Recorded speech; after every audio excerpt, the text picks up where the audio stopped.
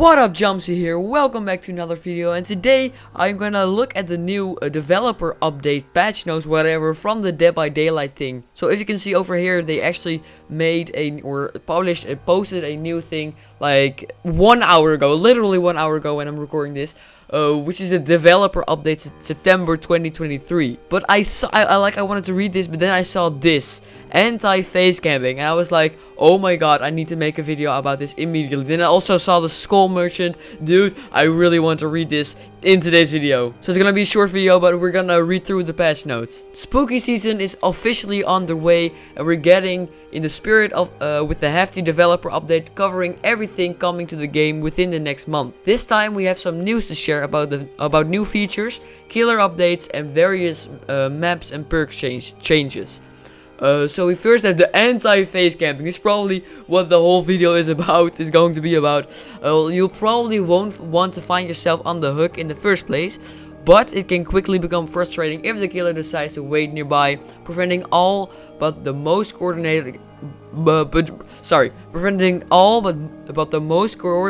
of teams from rescuing you. Jesus. Camping has long been a contentious topic or something. While there are times where camping is smart, it's a smart thing. Reading is hard. I'm so sorry. While there are times where camping is the smart thing for the killer to do, if there are survivors nearby, for example, there is not much the survivor being camped can do. To help in the most extreme cases, we are introducing a new feature which may give you a second chance. Oh my god. Going forward, you'll notice a new meter appear. Oh my god, you can see it over here. Whenever you're on the hook, this meter will gradually fill whenever the killer is near you. The closer the killer is, the faster the meter will build. Once it's full, you gain the ability to unhook yourself with 100% chance of success, even during the second phase. What? Unhooking yourself in this way will grant you all the usual benefits, such as enduring and haste. Oh my god, this is probably one of, if not the best change they will make ever. No, I'm just kidding. But that's so huge. I was thinking about it the other day, about like how they could change camping or remove camping or like prevent it. And this is really smart. I was thinking about if the killer's close, you could like the meter doesn't go down, like your hook meter. But this is also smart, so you can actually unhook yourself when he's close after a while. That's really smart. I feel like that's better, maybe, I don't know, but that would be really cool actually, and really smart. That's so nice. To ensure that this cannot be abused by aggressive survivors, the rate at which the meter fills will decrease or potentially even stop entirely when other survivors are nearby. Oh, that is really smart, because people will people will abuse this if this wasn't a thing, probably. Additionally, once the exit gates are powered, this feature is disabled entirely.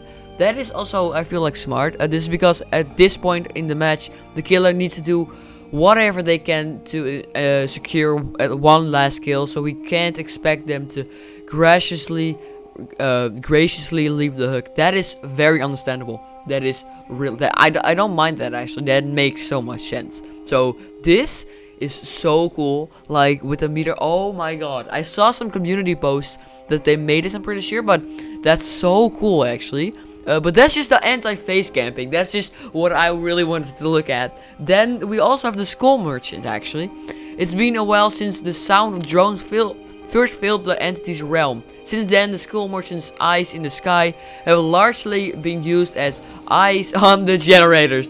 This is true, leading to some very, very long matches. In this update, we're overhauling the skull merchant's drones to reduce their effectiveness in defending generators while improving their strength in the chase.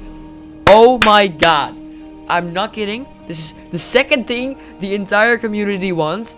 Also, the anti-face camping, so nice. But this, also so nice. There's so many people who just begged or were begging for the skull merchant to be removed from the game entirely, but this is really good. At least I don't know what they changed, of course. So let's read. Lock on. Active zones being the main culprit behind the skull merchant's ability to defend generators are no more. Okay. On top of making survivors exposed, these zones provided the skull merchant with too much information on the survivors within them, allowing the killer to quickly react and chase them away. Yeah, that's true. With active zones removed, they just removed entirely. Okay, the skull merchant's drone need a way to lock onto survivors. Now, whenever a survivor is scanned by a drone's beams, they will receive 1 stack of locked on. Okay, upon reaching 3 stacks of locked on, the survivor will immediately receive a claw trap. I don't know what a claw trap is, but I feel like this might be a really cool change, and this is like a big overhaul for the entire killer. So maybe after this, a lot of people will like her again, because she is pretty cool. Like, her power is pretty cool, her design, her animations. Just what she could do was annoying, and now that might be fixed. However, avoiding a drone scanners won't be easy, thanks to the introducing of 2 new modes. Alright, 2 modes. Eyes in the sky will now have 2 modes, stealth mode and scouting mode. In stealth mode, the drone's spinning beams will be invisible and the drone will be much quieter. Survivors, makes sense, it's stealth mode of course. Survivors will want to watch closely for the lights on the drone itself to tell where the beams are, so they can sneak up and disable it. Okay, okay. In scouting mode, the drones scan lines will be visible and rotate much faster, making them more difficult to approach or run by undetected. So this is actually pretty cool, because now either it is really hard to spot them but easier to disable them, or very easy to spot them but harder to disable them. I feel like that's smart actually. In either mode, the drone scanned lines will not detect a survivor who is stationary, effectively preventing them from being used to guard generators. Okay, well that's just smart, I guess. that's just kind of the whole problem, sort of. A survivor can interact with the drone in either state to disable it for 45 seconds, after which they will return to stealth mode. Okay. Oh my god, I closed it. I'm sorry. Okay, that's pretty cool, but then I saw the claw traps. Why do you quit? Why? Okay. So I was wondering what the claw trap is, because if you have 3 stacks of locked on, the survivor will immediately receive a claw trap. I don't know if it's already in the game, but here it is, claw trap. Survivor who end up with the claw trap, the weird word, will find themselves on the receiving end of the following effects. If they're healthy, they will be instantly injured. Okay. If they're injured, they will receive deep wounds. This will not grant the survivor a speed boost. That's very important actually, I guess. In some cases it would be important. The survivors suffer from the broken status effect until the trap is removed. Oh, so it's actually a trap. Their location will be revealed on the killer scanner for a short duration. Okay, so this essentially means that they kind of lose 1 health state, or like go into the deep wound state if they are already injured. And it will not grant a speed boost. I assume that's also not for this one, but I'm not sure. And you cannot heal until that trap is removed. I don't know how long it would take to remove the trap, or how, if you can do that by yourself, or if an injured, or if a teammate has to do that, or survivor, or something else like the pig, where you have to, like, you actually have a little station thingy where you remove the trap, something like that maybe. Their location will be revealed on the killer scanner. I mean, that makes sense, but that does mean that you're really, because you will be obviously 1 hit away of being fully dead, or at least down, I guess. So, well, that's fun. That is fun. Okay, well, I really don't know how that would be to play against, but we'll see, of course. Additionally, survivors with a claw trap who are scanned by one of the killer's drones receive a 10% movement speed penalty for 6 seconds, and are revealed to the killer with killer instinct on this location for 3 seconds. So that's just a little extra bonus for if you have, or I guess not a bonus for you, but for the killer if you have a claw trap on you. That's actually pretty nice. I feel like that is kind of well balanced. It really, I mean, we have to look at how you can remove it, and how you can, just really how you can remove it and how long it takes. But it might actually be well balanced now. The claw. Okay, I wasn't even, there's more. The claw trap's battery will expire, and the trap will be removed automatically after 45 seconds. This is also pretty huge because, oh my god. This is also pretty huge because that does mean that, like, if you cannot remove it, it will be removed after a while. This is a pretty long time if you think about it, but Yeah, that is reasonable that like it will be, because otherwise it would be literally like so much more OP. Like that's literally pig, but then 10 times better because you have all these effects as well. But it of course removes, and you also have the drones in it. So I guess that's mainly the main thing. Besides that, this is like her power now, but her power is a drone. Okay, well, I feel like this is good. Also, I want to check real quick. No, never mind. Actually, we can do that after this. I wanted to see if there were like any community posts, but let's just see the quality of life changes. We have also made many adjustments across many aspects of the Skull Merchant to improve the way it feels to play as and against her. The Skull Merchant now has 6 drones available, well, was 4 before. The Skull Merchant will now immediately become undetectable for 8 seconds after deploying a drone. The minimum distance between drones is now 60 meters, was 22. That's just okay, yeah. The killer movement speed is no longer decreased when checking the scanner. Lock on, I don't know how that worked before, but I guess that's better, of course, for the killer. Lock on progress no longer decays. Oh, lock on, okay. No, no longer decays. So it, oh, okay, that's interesting actually. Okay. Drones can no longer be manually reactivated. Drones can now be placed above or below other drones deployed on different floors. Failing to hack a drone will now grant 1 sec of locked on instead of instantly locking on. Okay, interesting. The Skull Merchant's footsteps are now quieter, making her harder to track behind walls. That's not really very important or anything. I feel like, oh, we have updated the Skull Merchant's chase music. Okay. Like a complete, I don't think a complete overhaul, but maybe, I don't know. We've reviewed the Skull Merchant's add-ons, adjusting some and giving new effects to others. Alright, so that's kind of everything from the, or about the Skull Merchant. I feel like this will definitely or probably improve the way people think about the Skull Merchant. I hope. I don't, it really depends. We have to test it out, of course, first, but I'm actually really excited for this. Also, of course, for the anti-face camping thing. But that's really cool. Okay, so we also have this. Combine these changes push... Oh, I wasn't even done reading. Combine these changes push the Skull Merchant's drones in a more chase-oriented direction, giving them more immediate consequences when they are triggered rather than slowly building over time. At the same time, her ability to defend generators for excessive lengths of time has also been reduced substantially. We'll be keeping a close eye on these changes and making further adjustments as needed. That's really nice that they really want, obviously they want it to be good, but they really want the Skull Merchant to be good as well, because people were not really happy about the killer. But this might actually fix that. So yeah, then we also have the Shattered Square. Oh my god, oh, can I stop doing that? The Shattered Square is of course the map, the Borgo thingy. This update will feature a gameplay update to the Shattered Square map. Okay, when reviewing feedback for this map, we identified a few points of feedback we wanted to address. So, low obstacles. It was possible to bump into some small objects such as piles or hay or carcasses.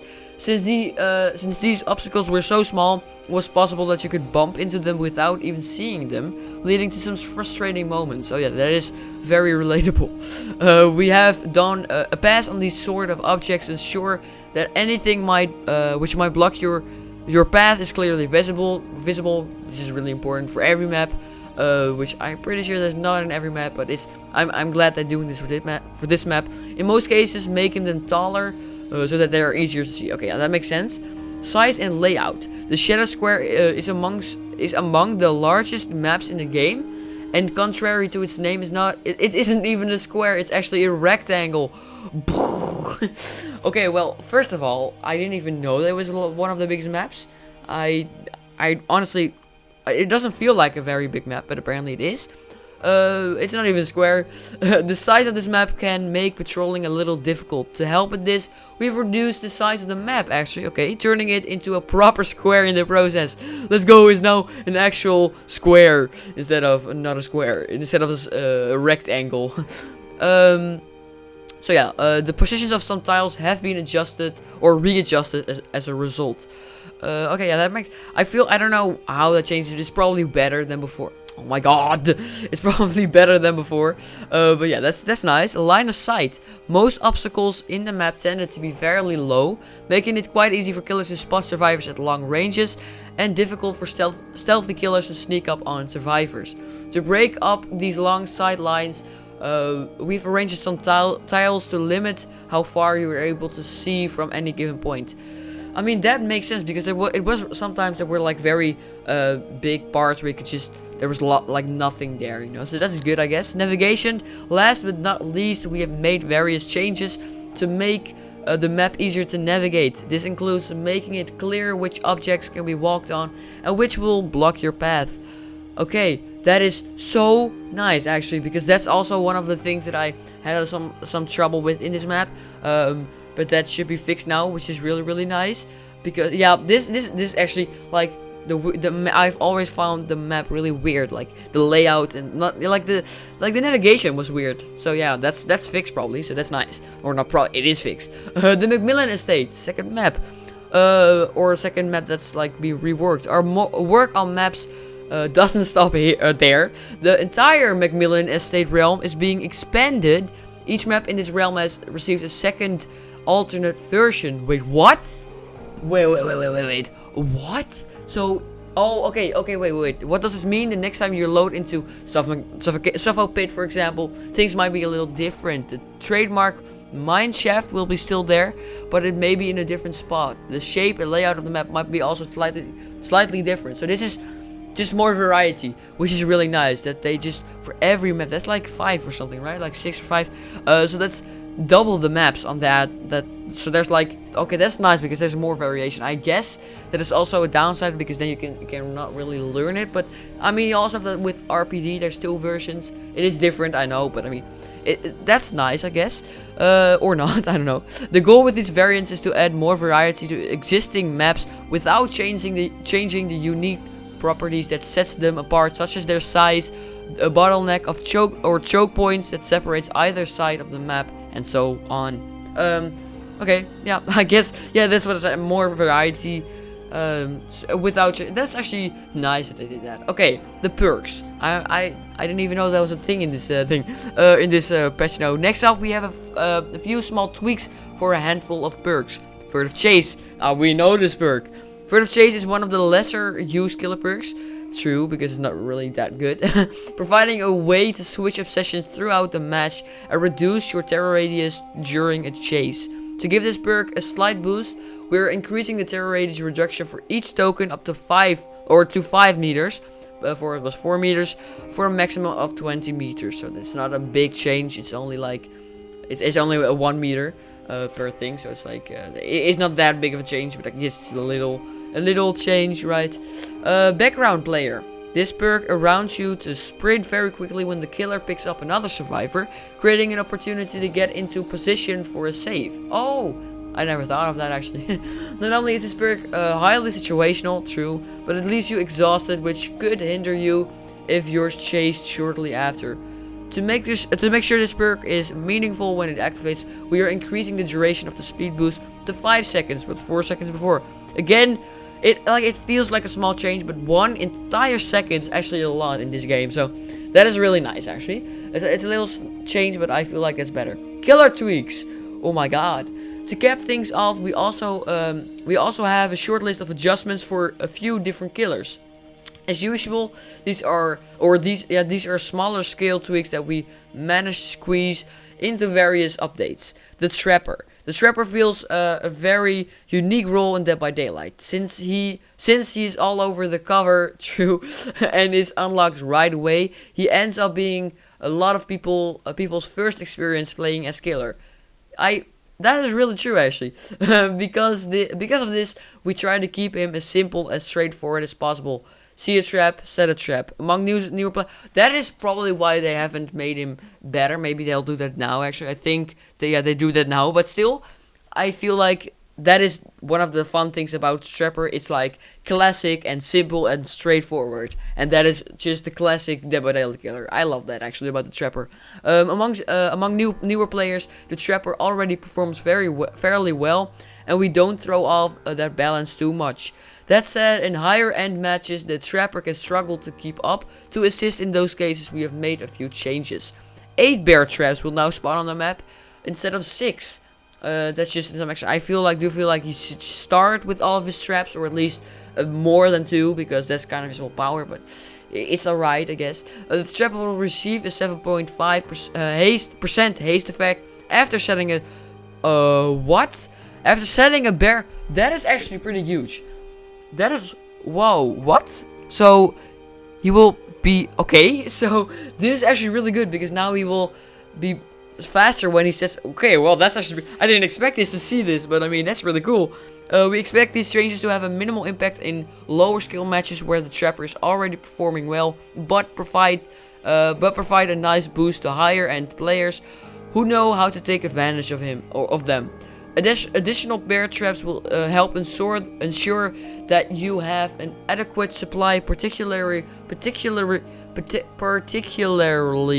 on larger maps, and the added haste effect can help close the gap in case survivors catch on and begin running away while you set them.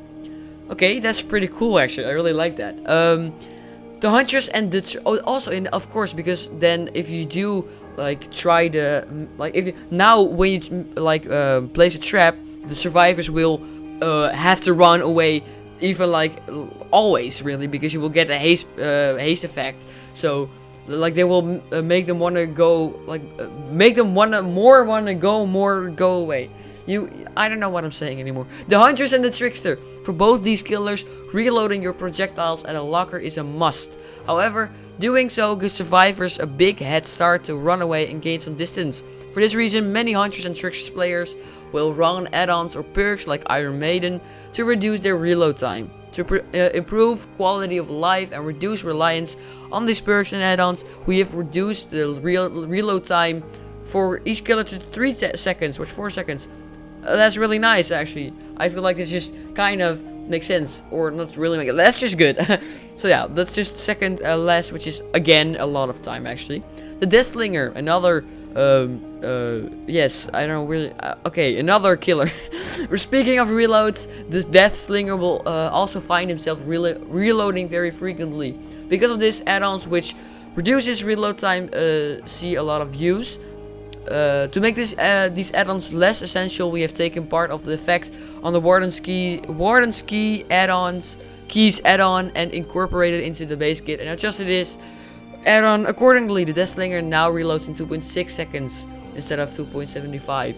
I knew this was gonna happen actually. Second, another thing. Second, we have increased the movement speed bonuses while aiming down sights for both the Jaw Smasher and wanted poster add-ons to 1.5 and 3% respectively was 1 and 2.5 to make them more interesting choices to consider. Yeah, that's pretty nice. I mean, I don't really, that's not really anything big, but that's nice. And then the last killer, the Legion. Lastly, we've adjusted the Legion BFF's add-ons or add-on. This add-on granted a 4% movement speed increase when the gates were powered, so long as the killer managed to land enough feral frenzy strikes during the match.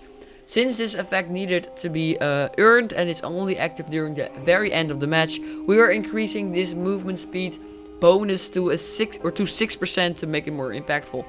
Very nice. With that, we've reached the end of this month's developer update. Each of the features and adjustments mentioned in this post will be available to try on the public test build starting this week, with the update going live on all platforms at a later date.